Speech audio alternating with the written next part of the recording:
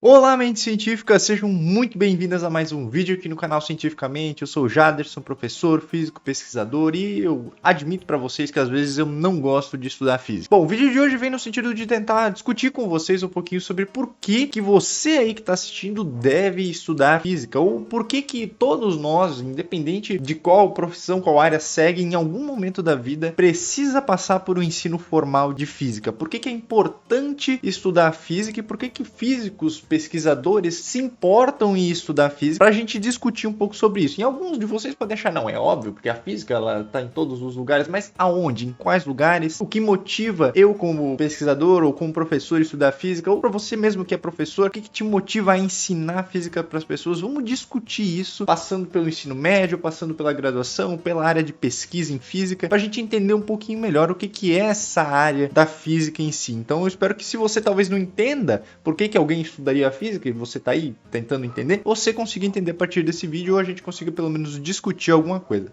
Vamos lá. Bom, começando com o ensino médio. Por que em todas as escolas do país existe ensino de física? Aulas de física no primeiro, segundo, terceiro ano, duas, às vezes 3 aulas por semana, às vezes aula de reforço. Por que alguém ou um grupo de pessoas decidiu que a física deve estar no currículo básico de todo cidadão brasileiro? Todo brasileiro deve ter tido aulas de física durante a sua formação. Por quê? Por que alguém teve essa ideia? Bom, eu vejo 3 explicações meio vagando pelo senso comum. Na verdade, elas não são necessariamente senso comum, né? Tem bastante coisa pra gente discutir. 2 delas eu acho que são muito pobres, e uma delas eu diria que é a que eu acredito que faz mais sentido. Então, as 2 primeiras, a primeira é a seguinte, né? Ensinar física para o vestibular, para que o aluno passe num vestibular e possa fazer uma universidade, né? E aí existem muitos pontos negativos e algumas pequenas ressalvas. Os pontos negativos, eu vejo um ponto negativo muito grande, é que essa explicação ela é muito pobre e simplória, de que temos que estudar física para o vestibular. Por que isso é pobre? Porque simplesmente você está condicionando o ensino de física àquilo que os professores, que tudo bem, são professores de física, mas aqueles que fazem a prova de vestibular querem cobrar. Se eles não quiserem cobrar as 3 leis de Newton no vestibular, a gente vai simplesmente deixar de ensinar as 3 leis de Newton. Ou se todos os vestibulares do nada passarem a querer cobrar apenas a parte matemática da física e deixar o conceito de lado, simplesmente a gente vai deixar de ensinar o conceito de física e vai ser só matemática. Tudo bem, isso não vai acontecer, são exemplos esdrúxulos, mas isso mostra o quão pobre é essa visão. Parece que o Newton, o Einstein, o Feynman, todos os pesquisadores que já estudaram física na história, fizeram isso para que um adolescente depois fosse fazer uma prova e passasse no vestibular. Isso é muito pobre. Existe apenas uma ressalva, que eu diria que é no caso da escola pública, em que o aluno às vezes vê o vestibular como a única forma de mudar de vida. Às vezes ele tá com problemas, né? A escola pública a gente sabe como é que é. São muitos problemas, às vezes tem muitas pessoas em uma condição socioeconômica muito fodida, e passar num vestibular na universidade pública é a única forma dela melhorar essa vida. E aí sim, eu acho que o professor querer ajudar o aluno dessa forma é ok, né? Mas ele não pode se prender a isso, né? Ele deve dar outras coisas que eu vou discutir ainda nesse vídeo, para que o aluno também tenha um conhecimento de física que não é só aquele encaixotado no vestibular. Aí tem a questão também das escolas particulares e cursinhos. Cursinho, beleza, o aluno paga para passar no vestibular, para aprender a passar no vestibular, beleza. Escola particular é um pouco mais complicada, porque a maior parte das escolas particulares tentam vender cursinhos ou algo parecido com cursinho, mas na verdade são ensino médios, são cursos de ensino médio básico, e o professor de ensino médio ele não pode ser condicionado a só dar aula para vestibular, ou a escola quer obrigar o professor a dar aula só para vestibular. Não pode. O professor, depois que ele fecha a porta da sala, a sala de aula é dele. Então aí entra uma série de dilemas, né? Mas, como eu falei, é pobre essa visão, porque simplesmente ela é muito simples. Bom, a segunda visão é, vamos ensinar física para o mercado de trabalho. E essa visão eu acho extremamente quebrada e simples, porque, novamente, você está dizendo que o Newton, que o Einstein, que o Feynman, todas as pesquisadoras e os pesquisadores estudaram física no universo, estudaram o cosmos, para que você pudesse trabalhar. Por quê? Porque então você iria aprender isso? Tudo bem, você vai usar a física ou os métodos de pensar da física no seu trabalho. Se você não souber, pode ser que você não se dê bem no seu trabalho. Beleza, sim, isso é um ponto, né? A mesma coisa no vestibular, mas você não pode pautar a motivação fundamental de estudar física em depois conseguir um bom emprego. Você tem que pautar em alguma coisa um pouco mais fundamental, porque vira algo muito sistemático, né? O seu ensino fica dependente daquilo que o mercado de trabalho precisa. Às vezes o mercado de trabalho não precisa que você aprenda ondas. Sei lá, vamos supor, o que você vai trabalhar, você não precisa saber sobre ondas. Ondas são conhecimento inútil. Então, meio que dá, não, então aqui eu não vou ensinar porque esse cara não quer estudar ondas, ele não precisa para trabalhar. Mas e se ele precisar estudar, saber sobre ondas para outra coisa na vida dele? E aí a gente vai avançando nesse vídeo e a gente vai chegar em alguns pontos, ok? Mas essa visão de mercado de trabalho também, eu vejo muito simplória e muito presa, né? Há uma lógica que, eu pelo menos particularmente não vejo como uma lógica, a lógica do mercado. É meio que algo criado pela humanidade, né? A física é algo meio que universal e independente da lógica do mercado ou da economia. Então, eu não vejo muito sentido em ensinar física para o mercado de trabalho, algo assim. E aí tem uma terceira visão, que é meio que duas visões que andam juntas ali, e que eu acho que fazem bastante sentido para que então a gente diga por que a gente estuda física no ensino médio. Primeiro, a visão mais simples de todas e possível e mais universal é para entender o universo em que a gente se encontra, sabendo que a gente é parte desse universo, e no fim das contas se torna nada mais do que conhecer nós mesmos, né? O Sagan sempre foi muito romântico com isso, em dizer que o cosmos, nós somos uma forma do cosmos conhecer a si mesmo. Eu adoro essa frase porque simplesmente ela diz o porquê que a gente tem que estudar física, porque nós somos parte do universo e a gente é uma parte do universo que consegue entender o próprio universo. Então, que coisa mais legal do que isso? Que coisa mais fundamental do que isso? Então entra muito em conjunto com a forma epistemológica de pensar da física, e no final do vídeo eu ainda vou falar um pouquinho de epistemologia. Então essa forma bélica, essa forma romântica de ver a física é uma das formas, e a outra forma seria a forma de usar a física como prática do dia a dia, para segurança, desenvolver raciocínio, desenvolver formas de resolver N problemas gerais. A forma de pensar da física, a forma de resolver problemas da física, ela não é exclusiva da física. Existem, hoje em dia a gente já vê muitos físicos, bacharéis em física, que se formam desempregados no Brasil, porque a profissão de físico ela foi regulamentada, mas isso é uma bagunça. Então eles se forma desempregado, mas vai trabalhar num banco, vai trabalhar em alguma coisa. E aí não é a questão de, vou estudar física para ir trabalhar num banco. Não, é para poder, então, desenvolver a própria capacidade de resolver problemas da sua vida pessoal. Seja para, sei lá, você tem que instalar uma lâmpada, você tem que trocar uma lâmpada, deu um problema na fiação do seu prédio, você tá querendo passar um fio, você tem que contratar um eletricista. Não, às vezes não precisa, às vezes você consegue pensar por si só, porque você aprendeu a resolver problemas. Não que você vai virar um resolvedor de problemas, vai virar autossuficiente, mas isso te ajuda a ser mais independente. Sem contar o fato da segurança que isso te passa para uma série de coisas. Por exemplo, não é mais fácil você entender que você deve usar o cinto de segurança por causa das leis de Newton e não por causa da porra da lei de trânsito? Porque a gente cria a lei de trânsito porque as pessoas não sabem que elas têm que usar o cinto de segurança. E as pessoas usam o cinto de segurança porque senão elas levam uma multa. Mas eu acho que faz mais sentido para a pessoa ter que usar o cinto de segurança porque ela sabe que se ela não usar e ela bater a 20 km por hora, ela vai dar com a cara no vidro, certo? Não tô dizendo aqui, que a gente tem que acabar com as leis de trânsito. As leis de trânsito existem e são fundamentais, mas entender física te ajuda a entender por que a lei de trânsito tá ali, beleza? Bom, fechando a parte do ensino médio, vamos avançar um pouco na escada do conhecimento. Para graduação, por que alguém... Vamos focar um pouco mais no curso de física, né? Mas isso pode se aplicar a engenharias ou outros cursos que possuem disciplinas de física, ou até você pode tentar transpor isso para a sua área que você estuda em específico, porque muitas coisas eu acho que são gerais, só cabe a você tentar fazer essa transposição. Eu vou falar da física em específico. Primeiro, né? Por que é importante estudar física numa graduação de física? Isso já é meio evidente, porque a graduação é de física, mas em que nível você deve chegar no final da graduação, ou o quanto que você deve se preocupar, ou por que você deve entrar nos detalhes da física enquanto você está... Qual deve ser a sua motivação?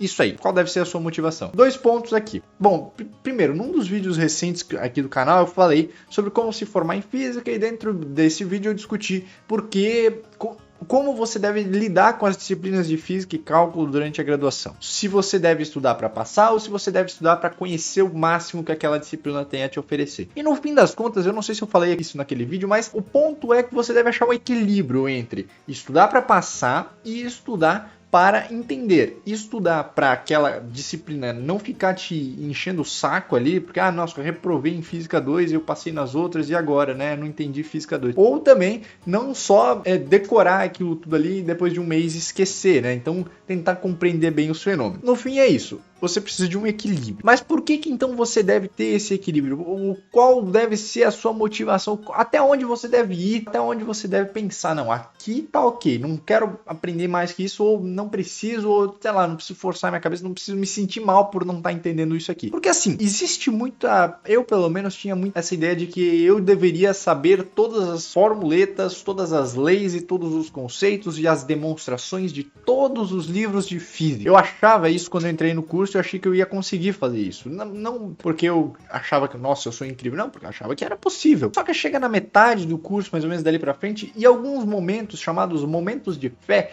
passam a ser muito necessários, que são os momentos em que você simplesmente acredita que aquela demonstração é assim, que aquele passo leva àquele outro passo, porque se você for levar ao pé da letra a história de demonstrar tudo que você tem na física, você vai precisar de uma vida inteira para fazer a física 1, para fazer a física 2, sabe? Porque tudo que já foi produzido já foi em algum momento o produto do estudo de uma vida inteira. O Newton passou a vida inteira para estudar as leis de Newton. Então, se você quiser entender ela nos detalhes que o Newton entendia, você teria que passar a sua vida inteira estudando ela. Então, isso vale para todas as áreas. Então, a física ela é uma construção muito grande de muitas pessoas, muitos físicos e físicas que passaram por aí, por essa terra estudando. Então, em resumo, você não deve estudar física para decorar todas as leis, todas as definições, todos os conceitos. Você deve ter alguns momentos em que você acredita que aquilo ali é assim, porque várias pessoas já estudaram isso e confirmam isso, e você deve pelo menos ter conhecimento de que aqueles problemas já foram resolvidos, de que aqueles problemas foram resolvidos e como eles foram resolvidos, qual foi a lógica por trás de resolver aquele problema. Não os detalhes miúdos matemáticos de, nossa, ele passou isso aqui pro outro lado e aí ele levou ao quadrado, ele expandiu em série, essa série tem um negativo, que aqui vai um y com um x. Esses detalhes não é importante. Claro, você saber mexer com eles, criar alguma afinidade é importante, mas o importante geral é entender a existência dos problemas da física que já foram resolvidos. Então você deve estudar física numa graduação ou até mesmo numa pós-graduação, não para entender os principais detalhes da física,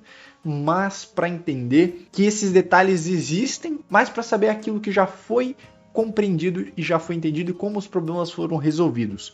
E daqui a gente já passa para o último estágio, que seria o estágio de pesquisa, onde você é pesquisador em física. Por que um pesquisador em física estuda física e qual a importância de aquilo que ele já estudou na vida inteira dele para aquilo que ele vai estudar a partir de agora? Porque, em princípio, o pesquisador em física ele não quer se importar com a equação de Laplace, porque a equação de Laplace já foi resolvida nas principais coordenadas, nas principais métodos, e não importa para ele a equação de Laplace. Importa para ele, sei lá, algum problema que ainda não foi resolvido, talvez da equação de Laplace. Coisas que não foram resolvidas importam para os pesquisadores, né? Coisas que a gente ainda não sabe. Então, para que ele quer saber? Ele não precisaria, por tese, saber qual é a resolução da equação de Laplace em coordenadas esféricas, harmônicos esféricos. Ele não precisaria saber isso, porque ele quer se preocupar com outros tipos de problemas que não são aquele ali. Aquilo ali pareceria, talvez seria conhecimento acumulado que está ocupando espaço na cabeça dele só. Mas existe um ponto muito importante aqui, a física. E aí eu vou entrar um pouco em epistemologia de Thomas Kuhn. Thomas Kuhn foi um epistemólogo do século passado que trabalhou com epistemologia da ciência e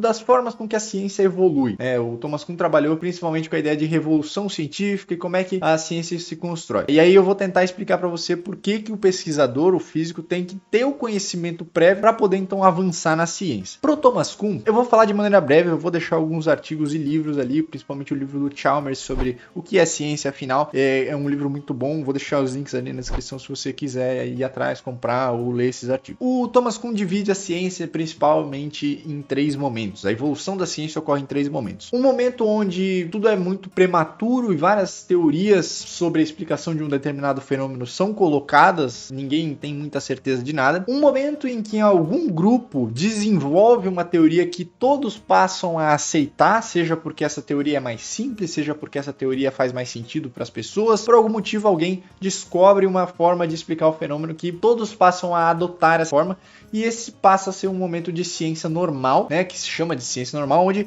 se desenvolvem coisas naquela área. Por exemplo, a mecânica quântica, né? Chegou num ponto em que desenvolveu-se a teoria da mecânica quântica e até hoje em dia estamos no período de ciência normal da mecânica quântica. Se pesquisa coisas baseadas naquela teoria que surgiu em um certo momento. E, por fim, chega um ponto em que essa teoria para de resolver problemas. Ela não resolve alguns problemas e aí a teoria entra em crise. E isso gera novas teorias que voltam para a primeira fase e a ciência vai andando nessas revoluções. Essa é a ideia do Thomas Kuhn. E por que eu trouxe isso para esse vídeo em específico, né?